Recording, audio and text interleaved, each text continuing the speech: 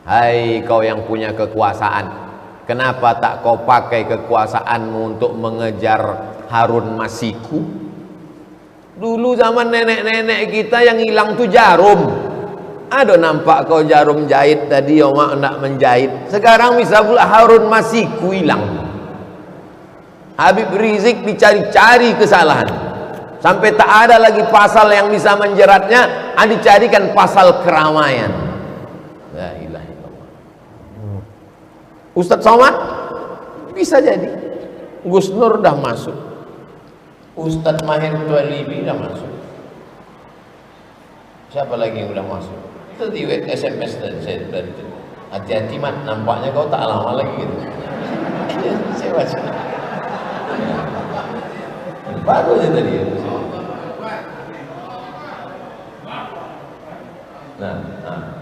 Mat kata dia.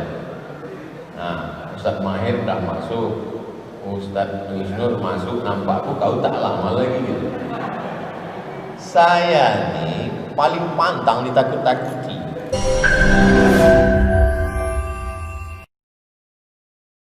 Jangan lupa subscribe, like, and share. Tentang kejadian yang terjadi baru-baru ini, penembakan 6 laskar FPI mengawal Imam Besar Habib Rizik Syihab. Bagaimana pandangan Ustadz? Apakah para laskar termasuk syuhada? Hari ini kejadian, besok langsung saya keluarkan video. Pertama, man qatala mu'minan, siapa yang membunuh orang beriman muta'ammidan secara sengaja, fajazauhu jahannam, di akhirat neraka jahannam lah tempatnya. Di dunia ini hidup dia sementara, paling lama 63 tahun, masuk kerja umur 25, mati juga akhirnya, hanya untuk dapat gaji, hanya untuk dapat jabatan. Di akhirat rasakan kaulah neraka jahannam. Yang tak percaya masuk neraka, yang percaya pun masuk neraka. Silakan tak percaya, masuk neraka juga kau. Aku tak percaya neraka itu ada. Tengok nanti, sama-sama nanti di akhirat kita hidup. Hai kau yang tak percaya api neraka, kau buatlah sesuka hatimu. Isma syi'ta, hidup sesuka hatimu. Fa innaka mayyit, kau akan mati juga. Itu poin yang pertama. Yang kedua, meminta kepada Komnas HAM supaya segera membentuk tim independen untuk mengusut tuntas supaya pembunuhan dapat diungkap ke permukaan. Siapa yang menembak dari jarak dekat, siapa yang menyiksa, membakar, siapa yang mengotopsi tanpa izin keluarga, kenapa perutnya dibelah, kenapa kulitnya biru-biru, kenapa dipukul pakai senjata tumpul. Kau juga akan punya anak, kau juga akan punya keturunan. Bagaimana kalau anakmu yang dikandung istrimu 6 bulan, 9 bulan, 10 hari, dibesarkan dengan tetes air mata? 6 orang itu bukan anak kucing, 6 orang itu manusia, sebaya dengan anak-anak. La yu'minu ahadukum, tak beriman, hatta yuhibba li akhih, sampai kau sayang kepada saudaramu. Tak beriman kamu sampai ada rasa saudaramu. Kalau engkau bisa merasakan sakit, berarti kau makhluk hidup. Kalau kau bisa merasakan sakit, berarti kau makhluk hidup. Tapi kalau kau bisa merasakan sakit orang lain, barulah kau disebut manusia. Kalau sekedar sakit, anjing pun merasakan sakit, babi pun merasakan sakit. Tapi kalau kau bisa merasakan sakit orang lain, barulah kau disebut manusia. Berapa banyak manusia tapi otaknya otak anjing, otaknya otak babi. Kenapa Ustaz sebut anjing dan babi? Karena anjing dan babi ada dalam Quran. 3. Lupa pula apa yang ketiga. Apa yang saya sebut di video itu yang ketiga? Supaya cerdas bermedsos. Karena fitnah-fitnah ini luar biasa. Fitnah-fitnah ini luar biasa. Hai kau yang punya kekuasaan, kenapa tak kau pakai kekuasaanmu untuk mengejar Harun Masiku? Dulu zaman nenek-nenek kita yang hilang tuh jarum. Aduh, nampak kau jarum jahit tadi, Oma nak menjahit. Sekarang bisa pula Harun Masiku hilang. Habib Rizik dicari-cari kesalahan. Sampai tak ada lagi pasal yang bisa menjeratnya, dicarikan pasal keramaian. La ilaha illallah. Ustadz Somad bisa jadi. Gus Nur dah masuk. Ustadz Mahir Tualibi dah masuk. Siapa lagi yang udah masuk? Itu di SMS dan saya berarti hati-hati mat, nampaknya kau tak lama lagi gitu. Saya baca baru aja tadi. Nah, mat kata dia. Nah, Ustadz Mahir udah masuk, Ustadz Nur masuk, nampakku kau tak lama lagi gitu. Saya nih paling pantang ditakut-takuti. Waktu 2019 kan ditakut-takuti orang tuh. Hati-hati, kalau sampai Ustadz Somad itu berpihak, kami buka semua aib-aibnya. Masuk WA ke saya. Oh, berpihak, saya langsung. Saya tak kenal Pak Prabowo, itu tak tahu saya dia. Tapi kalau semakin diancam mereka, dipoto mereka rumah saya dari atas atap tuh pakai drone. Sampai semua surat-surat motor saya tahu di STNK BPKB-nya. Mau dipegang mereka. Kalau berpihak kau nanti kami buka kali ini. Menangis kuah, satu orang kuah di Pekanbaru ini datang menangis. Menjumpa saya, memegang lutut saya. Ustaz, kenapa Pak Kuah menangis? Datang tadi orang ke kantor saya ngecek surat nikah Ustaz. Mereka udah pegang nih Ustaz. Jangan Ustaz berpihak, nanti kalau Ustaz berpihak dibukakan mereka. Berpihak saya, menunjukkan saya melawan, tak takut saya. Begitu juga dengan pilkada Medan. Saya tak ada urusan dengan Medan. Tiba-tiba datang orang 28 November menyampaikan pesan ke saya. Ustaz, pesan dari Jakarta, Ustaz jangan berpihak. Langsung saya kontak Akhyar Nasution dengan Ustaz Salman. Aku tak bisa ke Medan karena diikut-ikuti orang. Ayo ke Bukit Tinggi, ku buatkan video untuk klaim. Saya menang. Pilkada itu tak ada urusan sama saya menang kalah. Saya menang melawan. Tak takut saya. Paling pantang saya diancam-ancam mereka. Belum kenal kan sama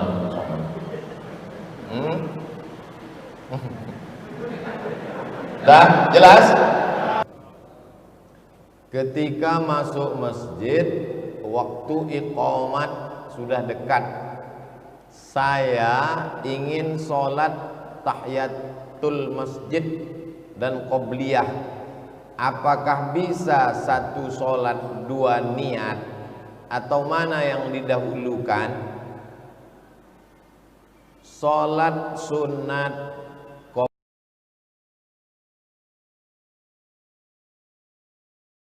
masjid. Kalau waktunya cuma cukup 2 menit untuk, kan ada jam di masjid tuh pakai jam waktu timer, 2 menit lagi qomat, cukup hanya untuk 2 rakaat, tak mungkin 4 rakaat, maka sholat qobliyah saja, dapat tahiyatul masjid. Tapi kalau dia sholat tahiyatul masjid tak dapat qobliyah. Mana dalilnya? Idza dakhala ahadukumul masjid, kalau kamu masuk masjid, fala yajlis, jangan duduk, hatta yusolli rak'ataini, salat sunat 2 rakaat. Salat sunat 2 rakaat qobliyahnya itu masuk sudah di dalamnya itu tahiyatul masjid. Begitu kata para ulama, bukan kata Abdul Somad. Saya menyampaikan pendapat para ulama. Saya ulang sekali lagi, qobliyah saja, masuk tahiyatul masjid, otomatis, automatically. Saya mau buka puasa, suara azan sudah berkumandang di masjid, sedangkan jam di HP menunjukkan kurang 4 menit lagi. Istri saya ikut azan di masjid, sedangkan saya ikut HP. Mana yang betul? Yang betul ikut jam RRI. Itu yang paling betul. HP mungkin slip karena setelan dia, masjid mungkin juga salah karena pengurus itu atau baterainya baru berganti atau lama tak berganti. RRI lebih minim salahnya. Kenapa? Karena dia lebih teliti, karena dia takut dipersalahkan orang satu kota Pekanbaru, satu provinsi. Maka sejajarkan, samakan jam masjid dengan jam RRI. Saya pakai RRI. Dulu kalau saya mau pergi ceramah maghrib jam 6 dari Panam sudah hidup, dengar tausiah jam 6 sore.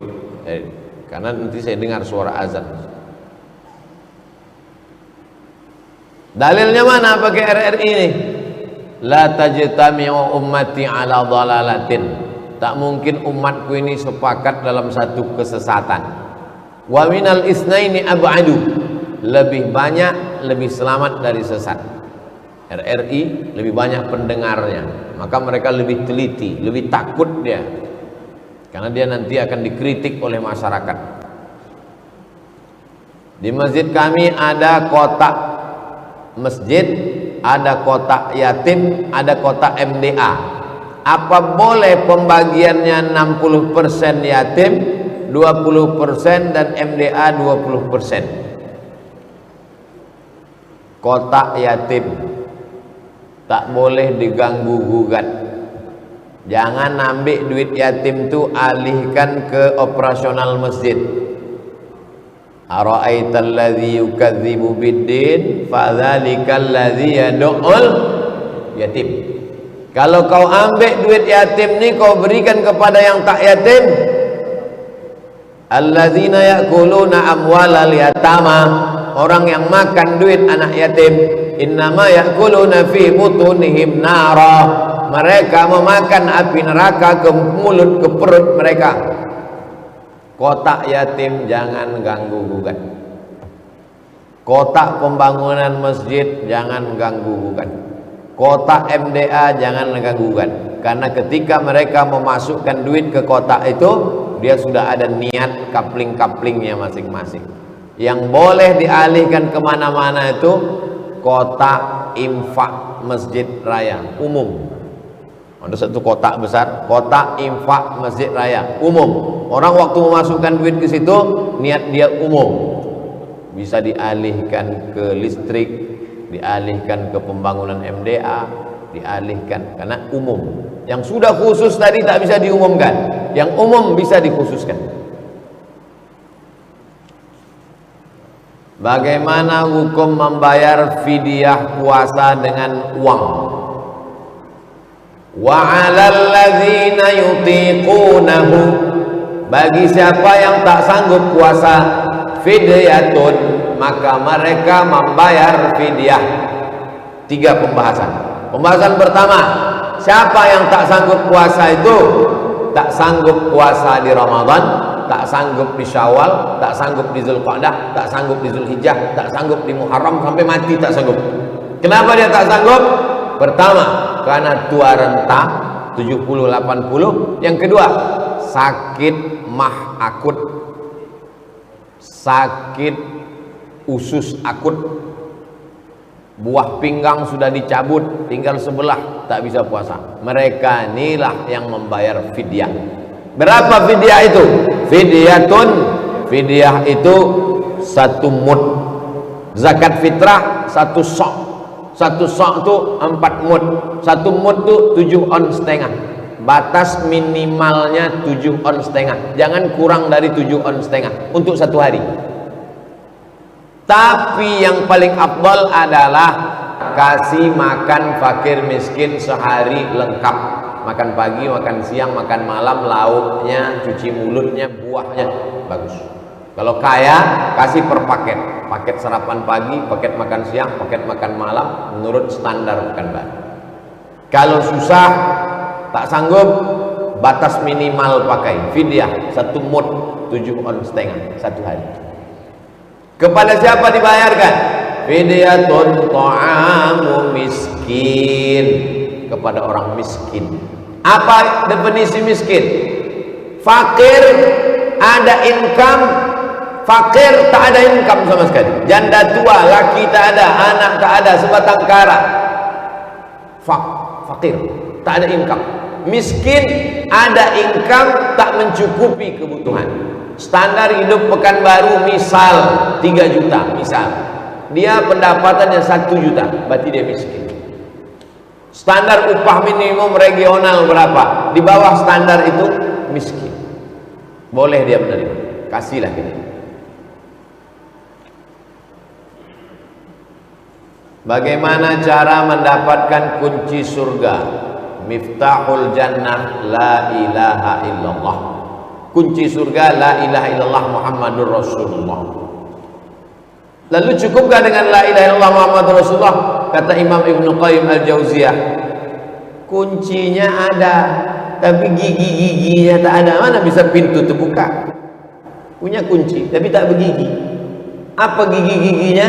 Kalau sudah la ilaha illallah, salat. Kalau sudah la ilaha illallah, puasa. Kalau sudah la ilaha illallah, zakat. Kalau sudah la ilaha illallah, haji. Kalau sudah la ilaha illallah, jihad. Kalau sudah la ilaha illallah, amar ma'ruf nahi munkar. Kuncinya la ilaha illallah, gigi-gigi kunci itu, itulah dia syariat Islam. Bagaimana cara membuka hati orang tua, Pak Ustadz? Yang bertanya ini anak SD kelas 5. Kan hebat Pekanbaru, anak kelas 5 SD pun mengaji. Yang mau dibukanya hati orang tuanya. Kalau sudah anak kecil mau mengaji, tak terbuka juga pintu hati orang tua. Summum, bukmun, omyun, pokak, bisu, tuli, buto, lengkaplah sudah. Ad-doa silahul mukmin. Berapa banyak pelaku maksiat pulang ke rumah mabuk, dibukanya pintu kamar anaknya, ditengoknya sedang tahajud, tobat dia karena perbuatanmu anak muda yang sudah hijrah, membuka pintu hati orang tua. Doamu di tengah malam, Allahumma hdi qaumi fa innahum la ya'lamun. Berikan hidayah pada orang tua ini ya Allah. Sampai kapan Nabi mendakwahi Abu Talib sampai sakaratul maut? Innallaha yaqbalu taubatal abdi. Allah menerima taubat seorang hamba malam yugharghir, sebelum ghargharah, sebelum sakaratul maut masih diterima Allah taubat. Jangan pernah putus asa. Apakah tugas memasak, menyapu, mencuci adalah tugas suami? Soalnya banyak yang mengatakan postingan-postingan di sosial media. Cobalah baca di sosmed. Siapa yang menemani istrinya shopping, maka dimudahkan masuk surga. Itu yang membuat itu perempuan untuk menyindir laki-laki. Lalu kemudian yang laki-laki membalas, siapa mengizinkan suaminya nikah lagi masuk surga. Jadi mereka berbalas-balaslah di medsos itu. Asal muasal hadis palsu itu yaitu untuk mendukung pendapat masing-masing. Man kadzdzaba alayya muta'ammidan falyatabawa maq'adahu minan nar. Siapa yang berdusta, membawa-bawa agama muta'ammidan secara sengaja, maka siapkanlah kursi dari api neraka. Nauzubillah.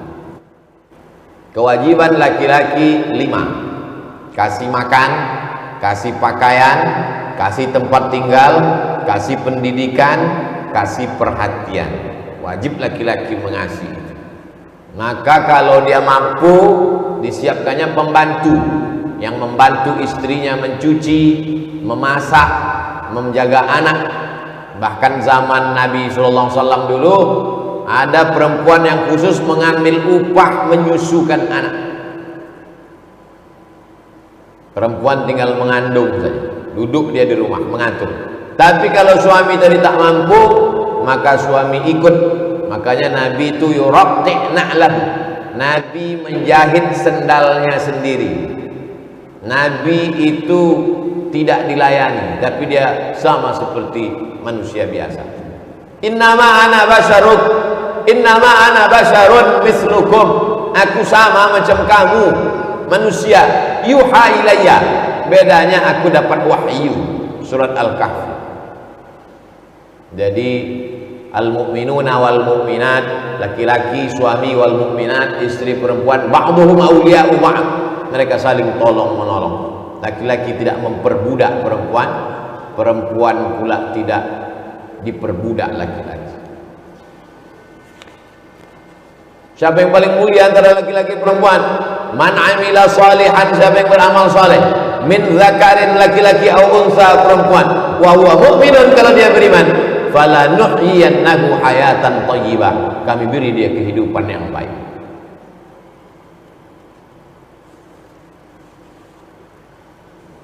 Seorang berbuat maksiat tapi dia ingin mengikuti pengajian, apakah malaikat rahmat tidak turun? Padahal orang ini ingin mengikuti pengajian. Jika dia ingin ikut pengajian, apakah malaikat rahmat tak turun? Datang dia pengajian, masuk dia ke masjid, dia sholat sunat, maka saat itu dia sudah bertaubat kepada Allah. Taubat. Tadi waktu Nabi tadi mengatakan malaikat rahmat tak turun, kenapa? Karena perbuatan dia terkait dengan orang lain. Kalau terkait dengan Allah SWT, masuk dia ke masjid, dia berwudu, dia sholat sunat, bersih. Tapi kalau terkait dengan orang lain, zalim, aniaya, lepaskan dulu ikatan-ikatan dengan orang. Yang tadi itu, yang dalam hadis yang saya sebutkan tadi, dia masih terkait dengan orang lain, bukan dengan Allah. Innallaha yaghfiru, innallaha la yaghfiru ayyushraka bihi. Allah tak mengampunkan dosa syirik, wa yaghfiru ma duna dzalika liman yasha. Dosa selain itu diampunkan Allah. Ma min muslimin yuznibu dzamban, ada orang berbuat dosa, summa yatatahhar, berwudu dia, summa yusalli rak'ataini, salat sunat dia, minta ampun dia kepada Allah, illa ghafarallahu lah, diampunkan Allah dosanya, bersih dia, turun rahmat. Tapi orang yang masih punya sangkutan-sangkutan kepada manusia, gara-gara dia tak turun rahmat Allah SWT. Kalau kita sudah melaksanakan sholat wajib berjamaah, setelah itu melaksanakan sholat sunat ba'diyah, tiba-tiba ada orang terlambat masuk ke masjid, menepuk bahu kita, tujuan dia mau ikut berjamaah dengan kita. Apa sikap kita? Saya musafir, mau ke Dumai, berhenti di Duri, saya sholat ba'diyah zuhur, datang orang menepuk bahu saya. Apa sikap saya? Saya kuatkan takbirnya supaya tahu dia gerak saya. Allahu Akbar, Sami'allahu liman hamidah, Allahu Akbar. Jangan kau takbir diam aja. Cumana dia tahu kau bangkit dari sujud? Takkan diintip-intipnya dari bawah. Apakah sah sholat berjamaah itu? Sah. Tapi imamnya sholat sunat, makmumnya sholat wajib, mana pula sah? Menurut mazhab Syafi'i sah. Mana dalilnya? Ini lagi tren nih sekarang. Mana dalilnya? Padahal sebutkan dalil tak jadi paham. Mana dalilnya? Nabi imam salat khauf, salat khauf waktu perang, makmumnya 2 baris di belakang. Baris pertama ikut salat, imamnya Nabi. Baris yang kedua memegang tombak, pedang, anak panah, mengawal, takut ada serangan musuh. Setelah selesai salat, baris yang kedua maju ke depan, baris yang satu mundur ke belakang mengawal. Nabi jadi imam lagi. Pertanyaannya, waktu sholat yang kedua, sholat Nabi itu sholat wajib apa sholat sunat? Saya ulang sekali lagi, memang kalau belum sarapan nih susah konsen. Nabi jadi imam, baris pertama sholat, baris kedua megang tombak mengawal, habis itu salam. Sholat yang kedua, Nabi jadi imam, makmumnya baris kedua, baris pertama mundur ke belakang. Sholat yang kedua, Nabi itu sholat wajib apa sholat sunat? Sunat. makmum yang di belakang itu wajib apa sunat? Wajib. Dapat? Paham? Dalil kedua, Nabi sholat sama sahabat di masjid. Habis itu Nabi pulang ke rumah. Sahabat ini duduk di masjid. Duduk dia di masjid. Tak berapa lama setelah itu datang orang kampung ke masjid. Mereka belum sholat. Mereka minta sahabat ini jadi imam. Sahabat ini maju jadi imam. Berarti dia sekarang sholat yang kedua, karena tadi dia sudah sholat sama Nabi. Sholat yang kedua ini wajib apa sunat? Sunat. Orang kampungnya yang datang tadi wajib apa sunat? Wajib. Paham? Dapat dalilnya? Jelas insyaallah. Tak ada ceramah saya yang tak jelas. Asal sama cerdasnya sama saya, paham.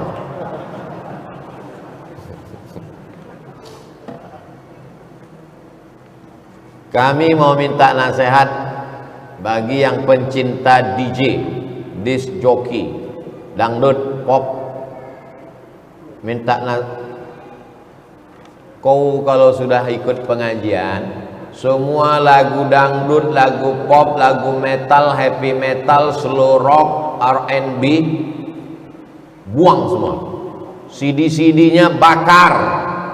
Jangan dengar lagi. Kalau mau mendengar lagu, dengar lagu anak-anak dari pesantren Darul Khair. Apa lagu dia tadi? Nah, ini. Busra lana nilnal muna zalal ana wa falhana. Busra lana, kabar gembira bagi kita, nilnal muna, karena semua yang kita inginkan kita sudah dapat. Zalal ana wa falhana, segala kesulitan hilang, maka keindahan, kenyamanan, ketentraman pun akan didatangkan, dipenuhi Allah SWT. Solawat, lagu-lagu religi, lagu-lagu yang mengingatkan pada Nabi, lagu-lagu ingat mati. Adapun yang lagu-lagu tadi buang, karena setan masuk ke dalam hati melalui pintu lagu. Lagu udah hijrah, udah pengajian, lagu pulang-pulang berbadan dua, itu kan berzina. Cinta satu malam, itu kan kumpul kebo. Minta nasihat Ustadz terhadap orang yang suka sama satu jenis. Apa ancamannya? Maksud dia satu jenis ini laki-laki sama laki-laki. Adapun sejenis sama manusia, memang itulah manusia nikah sama manusia, takkan nikah sama hantu. Yang dimaksudnya sejenis laki-laki sama laki-laki. Apa hukumnya dalam Islam? Man wajadtumuhu, kalau kamu menangkap ya'malu amala qaumi Lut, kalau kamu menangkap orang melakukan perbuatan umat Nabi Lut, homo, lesbi, faktulul fa'il wal maf'ul, bunuh dua-duanya. Dua-duanya dihukum mati, baik yang berperan jadi laki-laki atau perempuan, dua-duanya hukum mati. Begitu hukum Islam kalau ditegakkan. Kalau ditegakkan hukum Islam ini, sehat yang homo-homo itu semua. Kumpulkan semua homo-homo, diadakan pemancingan homo di tepi Sungai Siak. Insya Allah sehat. Yang agak-agak mau homo-homo, sehat dia. Kalau tak percaya, ayo kita tes. Hukum Allah itu datang untuk menyelamatkan umat manusia. Ibu-ibu sedang hamil, jangan menonton bencong. Berdoa kepada Allah SWT, Rabbi habli minas solihin, Rabbi habli minas solihin.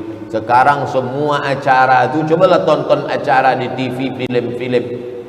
Mulai pembawa acaranya, penyanyinya diisi oleh bencong. Bencong paling banyak di dunia ini di Thailand, sampai ada Miss Bencong. Ja'alna 'aliyaha safilaha, kami jadikan bagian atas turun ke bawah, yang bawah naik ke atas. Wa amtarna 'alaihim hijaratan min sijilin mandud, kami hujani mereka dengan batu yang dibakar di api neraka. Azab untuk kaum Nabi Lut yang diceritakan dalam Al-Quran. menunjukkan betapa dahsyatnya hukuman itu. Sekarang disupport oleh gerakan internasional. Wajib kita tidak membeli produk-produk yang mensupport gerakan LGBT.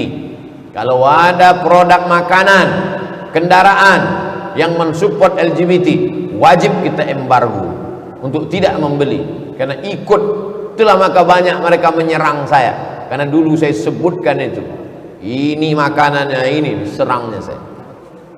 Bayangkan tuh serangan bencong luar biasa.